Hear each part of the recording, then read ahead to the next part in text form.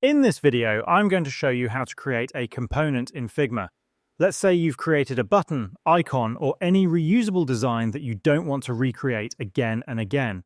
Instead of duplicating and adjusting each version manually, you can convert it into a component and reuse it consistently. Here, I have a button made up of text and a rectangle. On the left-hand side of the screen, you can see that it's currently just individual elements. To make this a component, select both elements. Then, locate the Actions icon in your toolbar.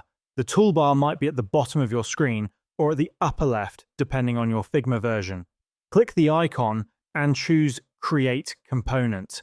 Once done, the component will be listed on the left-hand panel. If you want to rename it for easier access later, right-click on the component and select Rename, then enter a name of your choice. To reuse the component elsewhere in your project, click on the Assets tab on the left. Type the name of your component into the search box and you'll see it appear.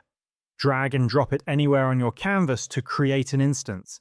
Now, if you update the main component, all instances across your design will automatically reflect those changes. However, if you edit an individual instance, like changing the color, it will only affect that one instance. And that's how you can create and use components in Figma.